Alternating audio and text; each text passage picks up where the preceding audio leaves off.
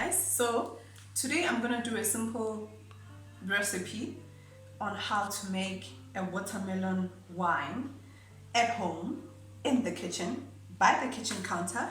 So I decided to use watermelon today because I think watermelon is more juicier, so there's lots of juice in the watermelon, and also I like the fact that there's much more sweetness to the watermelon. And I hate watermelon. I actually don't like watermelon, but I hope because I'm making wine I will change my mind about watermelon.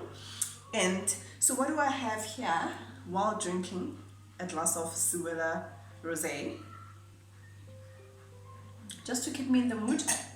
I have like a 5-liter bottle that I'm going to use to pour my juice, and I have some sugar that I bought from Food Lovers. So I'll use this sugar to add into my juice to start the fermentation.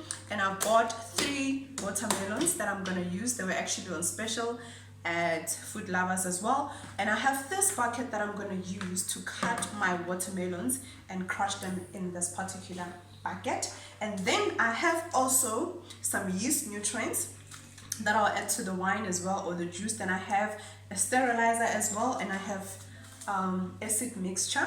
So yeah, and I have a strained cloth that I'll use as well, but this I'm going to use and I'll explain later why I'm using it and how I'm going to use it.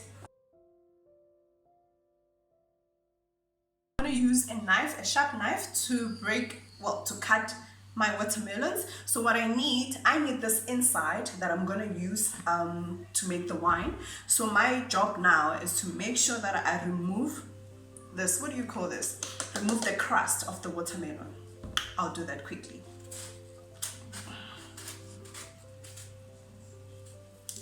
That's all I have to do.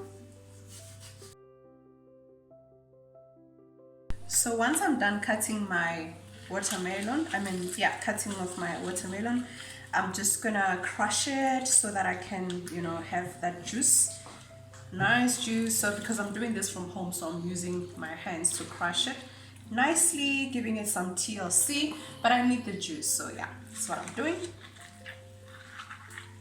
The more juice, the better. So I now have my lovely watermelon juice that I'm going to use to make the wine. I have here 2 kilograms of white sugar. I'm just going to pour it in here. So I'll pour.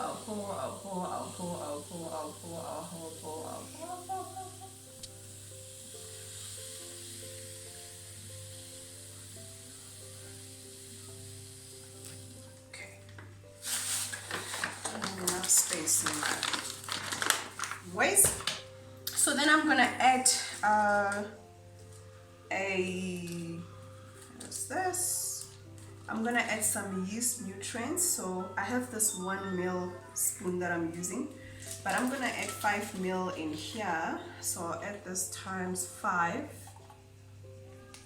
It's a yeast nutrient, so it's pretty obvious what it is. The purpose of adding this. 3, 4, 5. And then I'll add my acid mix. And yeah. So I'll add 3 spoons of acid mix.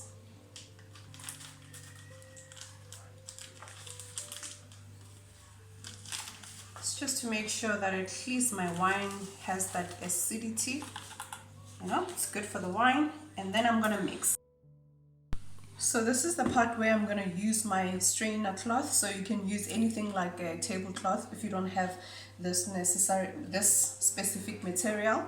But the idea here is just to separate the juice from the pulps. I think I can call them the pulps. So what I want here is to make sure that I remain with juice, which would look like this, which is supposed to be like this. This is what I'm gonna use for my mash. This is what I'm gonna use for my fermentation. It's getting messier, but yeah, it's the life.